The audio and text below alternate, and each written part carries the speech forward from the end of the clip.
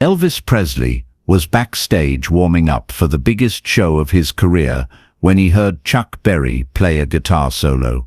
Elvis stopped singing mid-song, dropped his microphone, and ran to the stage. What he said to Chuck in the next 5 minutes changed how he performed for the rest of his life.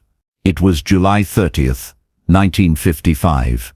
At the Eagle's Nest in Memphis, Tennessee, Elvis Presley was 20 years old and riding the biggest wave of his young career. He just signed with RCA Records. That's All Right was getting radio play across the South. Girls were starting to scream when he sang. Everything was happening fast, and Elvis was starting to believe his own hype. The Eagle's Nest wasn't a huge venue. Maybe 400 people could fit in there on a good night, but it was the place where Memphis musicians came to prove themselves.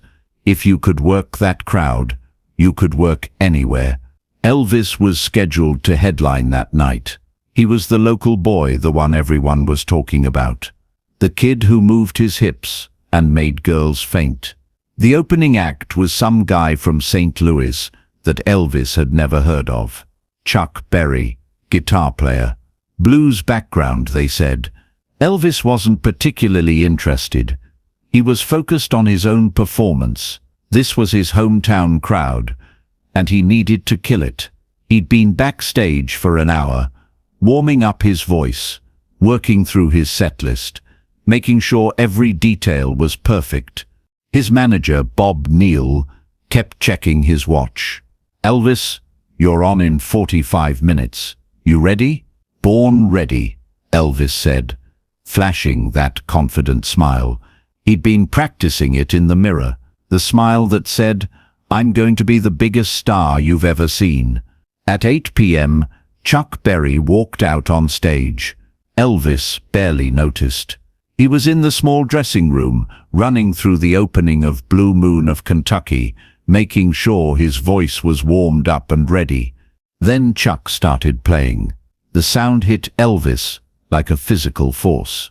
It wasn't loud, not yet, but there was something about it that cut through everything, through the walls, through the noise, through Elvis's concentration.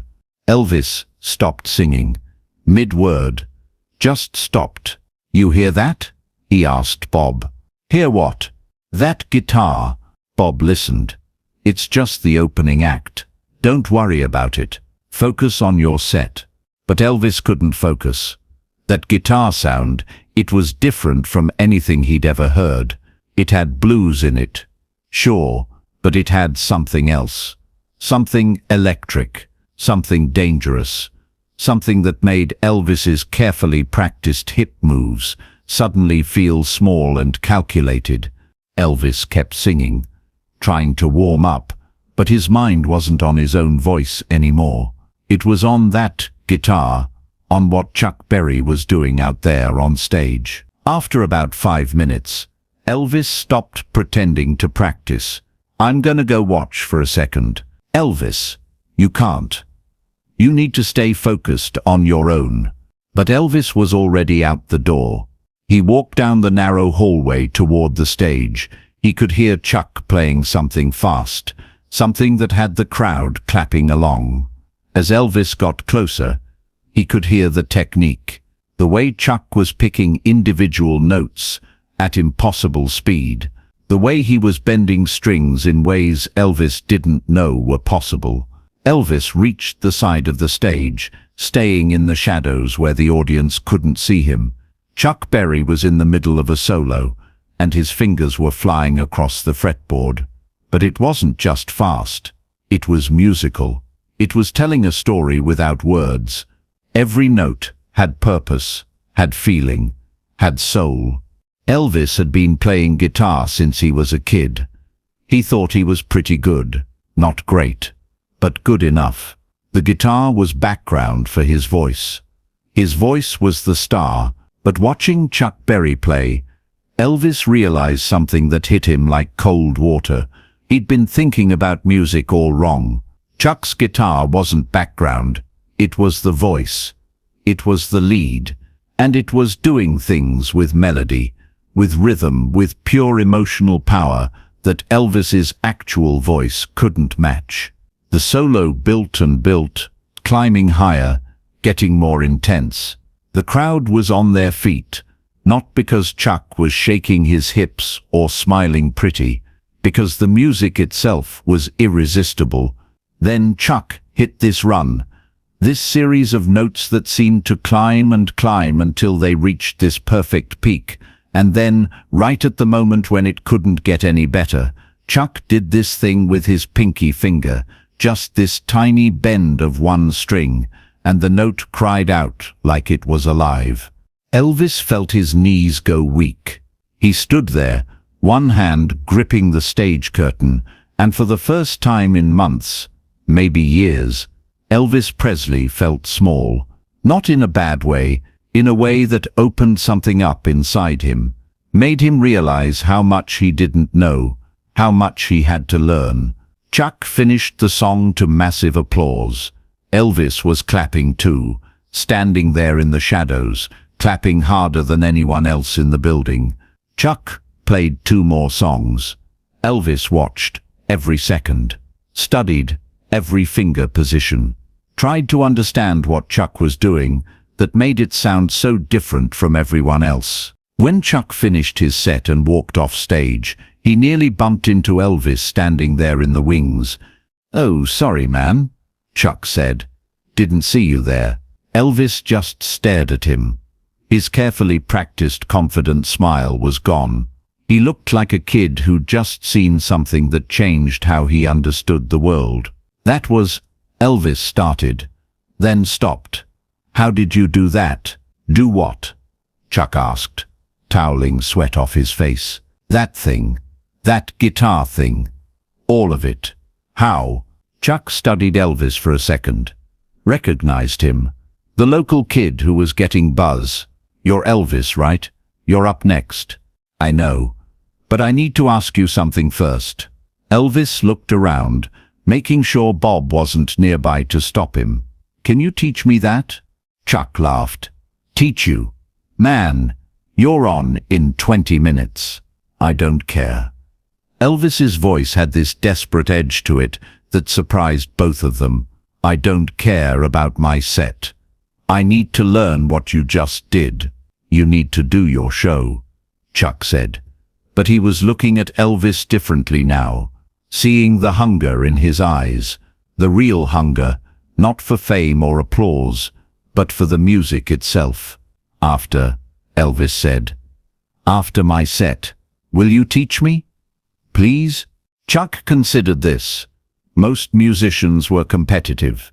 They protected their techniques, their secrets.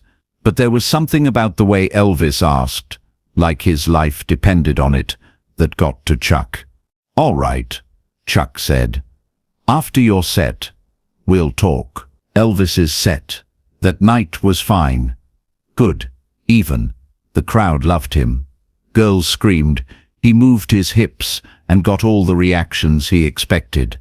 But the whole time he was performing, Elvis's mind was somewhere else.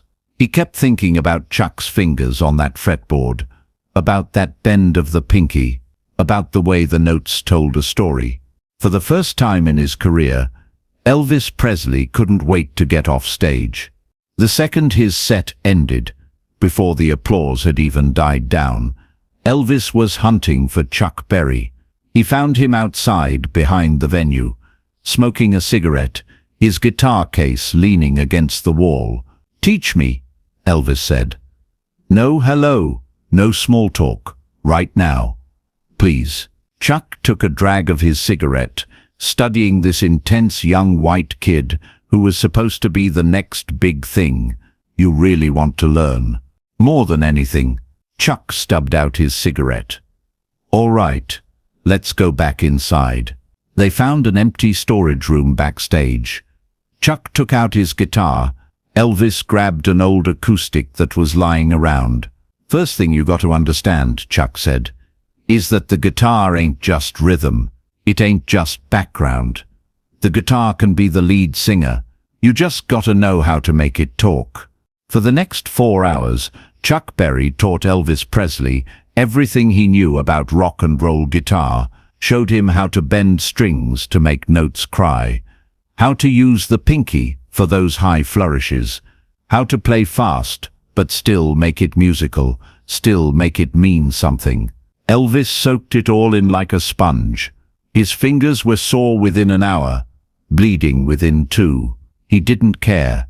Every time Chuck showed him something new, Elvis's eyes would light up like Christmas morning. "Why are you doing this?" Elvis asked, around midnight, flexing his aching fingers. Most guys wouldn't share this stuff. Chuck thought about that. "Because music's too big to hoard, man. I learned from people, who learned from people who learned from people, going back generations. Blues, jazz, gospel, all mixed together. You keep it moving forward, or it dies. Besides," Chuck smiled, "you're gonna be famous. Might as well make sure you do it right." "I don't want to be famous," Elvis said, and he meant it in that moment. "I just want to play like you." "You won't play like me," Chuck said. "You'll play like you, but better. Take what I'm teaching you and make it yours. That's how music grows." They worked until 3 in the morning. By the end, Elvis could play a basic version of the solo that had stopped him in his tracks. It wasn't as good as Chuck's, but it was a start. As they were packing up, Elvis looked at Chuck with something like awe. "You changed my life tonight. You know that?" Chuck shrugged. "I showed you some guitar tricks." "No," Elvis said. "You showed me what music could be. I've been thinking too small, thinking I was just a singer with a guitar. But the guitar can be just as important as the voice. More important sometimes," Chuck said. From that night forward, Elvis Presley approached music differently. He started taking his guitar playing seriously, not just as a prop, not just as background, but as a crucial part of his performance. He never became the technical guitarist Chuck was, but he understood something fundamental that he hadn't before. In rock and roll, the guitar matters. When Elvis recorded Hound Dog a year later, he made sure the guitar solo was prominent. Not as good as Chuck would have played it, but there, present, respected. When Elvis performed on TV, he started featuring guitarists who could do what Chuck had shown him. Scotty Moore, his guitarist, became famous for his solos on Elvis tracks. That was Elvis making sure the guitar got its moment. Years later, in 1969, Elvis was backstage at a concert when a reporter asked him who his biggest influence was. Elvis didn't hesitate. "Chuck Berry.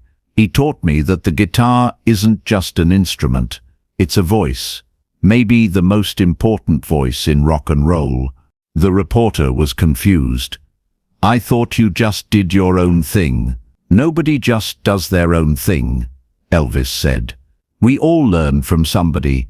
I learned from the best." In 1986, at Chuck Berry's 60th birthday concert, Elvis was gone, had been dead for almost a decade. But Keith Richards, who organized the concert, told a story he'd heard from Elvis's inner circle. Elvis told his friends that the most important night of his career wasn't his first hit record, wasn't his first movie, wasn't even meeting the president. It was the night in 1955 when he was supposed to be the headliner, and instead he became a student. When Chuck Berry taught him that being the best means never stopping learning. That guitar lesson in a storage room at the Eagle's Nest lasted 4 hours, but it changed how Elvis Presley thought about music for the next 22 years of his life. Chuck Berry, for his part, never made a big deal about it. When asked about teaching Elvis, he'd just shrug. "Kid wanted to learn. I showed him some things. That's what you do." But those who were close to Chuck said he kept a photo in his wallet. Elvis and Chuck, taken outside the Eagle's Nest that night in 1955. Two young musicians, one black, one white, both just trying to figure out how to make the best music they could. The photo was taken right before dawn. Elvis's fingers were bandaged from 4 hours of practice. His eyes were exhausted but alive with new understanding. Chuck had his arm around Elvis's shoulder, both of them smiling. On the back of the photo, in Chuck's handwriting, it said, "The night Elvis became a real musician." And on the back of Elvis's copy of the same photo, in his handwriting, "The night I learned what rock and roll really means." That's the thing about the great ones. They're willing to admit they don't know everything. They're willing to stop mid-performance, drop the microphone, and become students again. Elvis could have finished his warm-up, done his set, gone home feeling like a star. Instead, he chose to feel small for a moment, to be humble, to learn. And that decision, that willingness to learn from the best, is what separated Elvis Presley from the 100 other rockabilly singers trying to make it in 1955. If this story of humility and learning inspired you, hit that subscribe button. Share it with someone who needs to hear that being the best means always being willing to become a student again. Drop a comment about a time when someone taught you something that changed everything, and ring that notification bell for more untold stories about the moments that created rock and roll.